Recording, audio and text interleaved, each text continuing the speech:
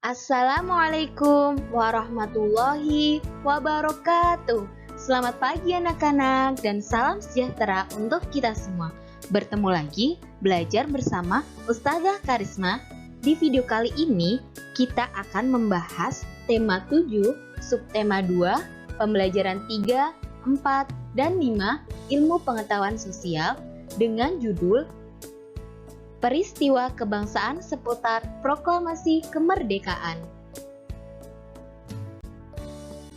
Dalam peristiwa pembacaan teks Proklamasi Kemerdekaan Indonesia, ada dua tokoh penting yang mewakili seluruh rakyat Indonesia. Nah, anak-anak, siapa nih yang tahu foto siapa yang ada di gambar ini? Nah, beliau yang sebelah kiri adalah Bapak Insinyur Soekarno, dan yang sebelah kanan yaitu Dr. Andes Muhammad Hatta. Beliau merupakan bapak proklamator kita. Soekarno. Insinyur Soekarno merupakan Presiden pertama Republik Indonesia dan pahlawan proklamator.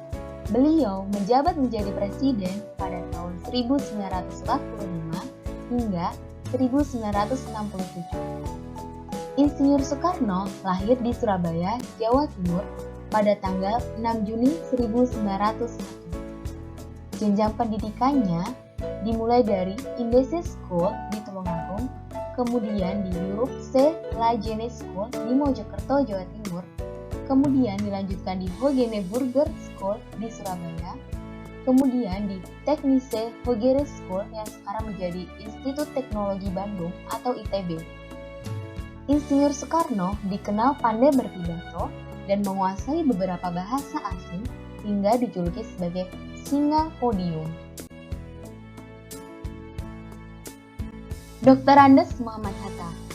Dr. Andes Muhammad Hatta adalah wakil presiden pertama Republik Indonesia pada tahun 1945 hingga 1957. Beliau merupakan Bapak Proklamator Indonesia dan juga Bapak Koperasi Indonesia.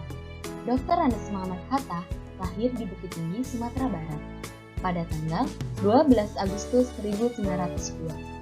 Jenjang pendidikan beliau dimulai dari ILS di Bukit Tinggi, kemudian Mulo di Padang, kemudian HMS di Jakarta. Beliau sangat berperan dalam upaya memperoleh pengakuan dari pemerintah Belanda terhadap kedaulatan Republik Indonesia.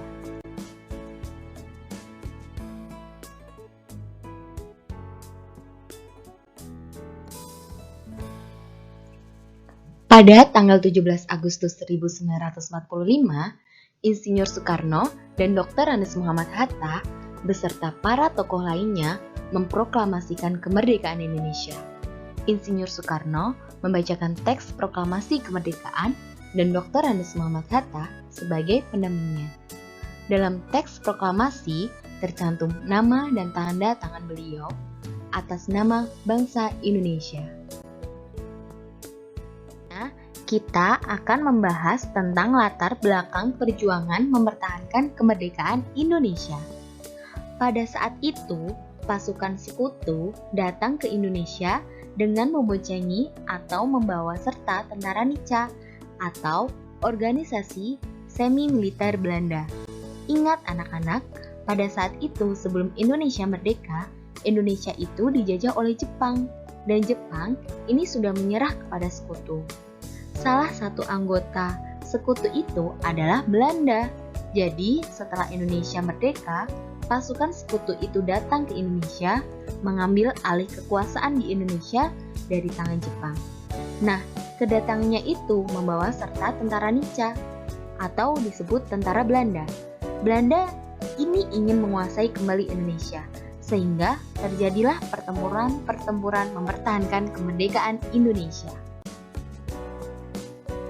4 pertempuran mempertahankan kemerdekaan Indonesia. Yang pertama, pertempuran 10 November 1945. Yang kedua, pertempuran 5 hari di Semarang. Yang ketiga, pertempuran Ambarawa. Dan yang terakhir, Bandung Lautan Api. Yang pertama, pertempuran 10 November 1945. Pertempuran ini dipicu oleh tewasnya Jenderal Malabi, pimpinan Sekutu. Pada pagi hari tanggal 10 November 1945, suasana kota Surabaya tampak tegang. Bung Tomo melalui siaran radio menyerukan kepada para pemuda Surabaya agar tetap semangat dan siap siaga. Dalam pertempuran yang heroik itu, rakyat Surabaya dengan gigih mempertahankan kemerdekaan. Maka, tanggal 10 November diperingati sebagai Hari Pahlawan. Bung Tomo, beliau adalah orang yang mengobarkan semangat arek-arek Surabaya untuk berjuang melawan tentara Sekutu. Kedua, pertempuran 5 hari di Semarang. Pertempuran dimulai tanggal 15 sampai 20 Oktober 1945. Pasukan Jepang melakukan serangan ke kota Semarang dan dihadapi oleh TKR dan Laskar Pejuang lainnya. Akibat pertempuran ini, ribuan pemuda gugur dan ratusan orang Jepang tewas. Untuk mengenang peristiwa itu, di Semarang didirikan Monumen Tugu Muda. Ketiga, pertempuran Ambarawa. Pertempuran ini terjadi pada tanggal 15 Desember 1945 di Ambarawa, Jawa Tengah. Insiden ini bermula dari Sekutu mempersenjatai tawanan yang sudah dibebaskan. Sekutu juga membebaskan orang-orang Belanda secara sepihak. Adapun tokoh yang terlibat dalam peristiwa ini antara lain Kolonel Isdiman dan Kolonel Sudirman. Kemenangan pertempuran di Ambarawa diabadikan dengan didirikannya Monumen Palagan Ambarawa. Selain itu, pada tanggal 15 Desember diperingati sebagai Hari Infanteri Nasional atau Hari Juang Kartika. Keempat, Bandung Lautan Api. Bandung Lautan Api adalah peristiwa kebakaran besar yang terjadi di kota Bandung pada tanggal 23 Maret 1946. Tujuannya mencegah tentara Sekutu dan Nika menggunakan semua fasilitas sebagai markas. Dalam waktu 7 jam, sekitar 200.000 penduduk Bandung membakar rumah mereka dan meninggalkan kota menuju pegunungan di daerah selatan Bandung. Muhammad Toha berhasil meledakkan gudang amunisi milik tentara Sekutu. Peristiwa proklamasi, ada pekerjaan yang sangat penting yang harus dikerjakan, yaitu pembentukan NKRI. Proses pembentukan NKRI yang pertama yaitu pembentukan kelengkapan pemerintah.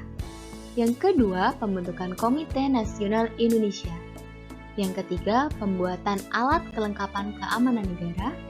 Dan yang keempat, pembentukan lembaga pemerintah di seluruh daerah di Indonesia. Yang pertama, pembentukan kelengkapan pemerintah. Pada tanggal 18 Agustus 1945, PPKI mengadakan sidang 1 di Gedung Kesenian Jakarta. Sidang dipimpin Insinyur Soekarno dan Dr. Andes Muhammad Hatta sebagai wakilnya. Anggota sidang PPKI sebanyak 27 orang. Keputusan sidang PPKI pertama yaitu yang pertama mengesahkan Undang-Undang Dasar 1945. Yang kedua memilih presiden dan wakilnya. Dan yang ketiga, tugas presiden untuk sementara waktu dibantu oleh Komite Nasional. PPKI melanjutkan pekerjaannya guna melengkapi berbagai hal yang diperlukan bagi berdirinya negara dengan melaksanakan sidang pada tanggal 19 Agustus 1945.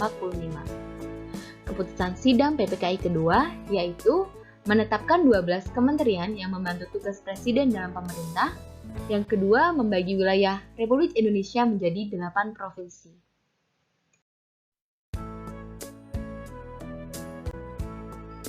Yang kedua, pembentukan Komite Nasional Indonesia.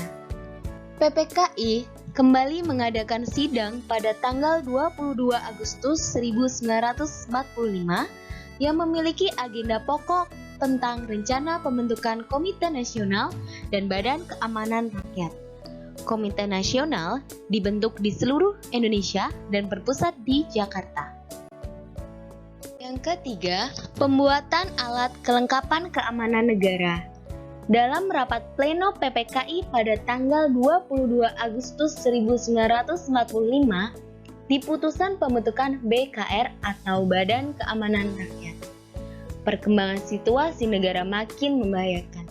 Pimpinan negara menyadari bahwa sulit untuk mempertahankan negara dan kemerdekaan tanpa angkatan perang. Dalam kondisi seperti itu, pemerintah memanggil Mayor KNIL Urip Sumoharjo dari Yogyakarta dan diberi tugas membentuk Tentara Kebangsaan. Dengan maklumat pemerintah pada tanggal 5 Oktober 1945, terbentuklah organisasi ketentaraan bernama TKR atau Tentara Keamanan Rakyat. Yang keempat, pembentukan lembaga pemerintah di seluruh daerah di Indonesia. Sesuai dengan keputusan PPKI pada tanggal 18 Agustus 1945 bahwa tugas presiden dibantu Komite Nasional di daerah-daerah, tugas gubernur juga dibantu oleh Komite Nasional di daerah.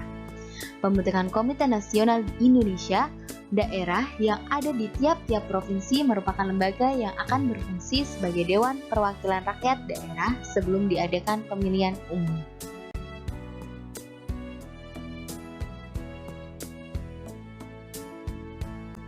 Sekian pembelajaran hari ini. Jika kalian sudah melihat video ini, tugasnya adalah 1. Silakan mengisi absensi di kolom komentar YouTube. Tulis nama lengkap, nomor absen, kelas. 2. Sebagai pelajar yang baik, berikan contoh kegiatan positif dalam mengisi kemerdekaan. Tuliskan jawaban ini di kolom komentar YouTube. Tetap semangat belajar dari rumah ya. Wassalamualaikum warahmatullahi wabarakatuh.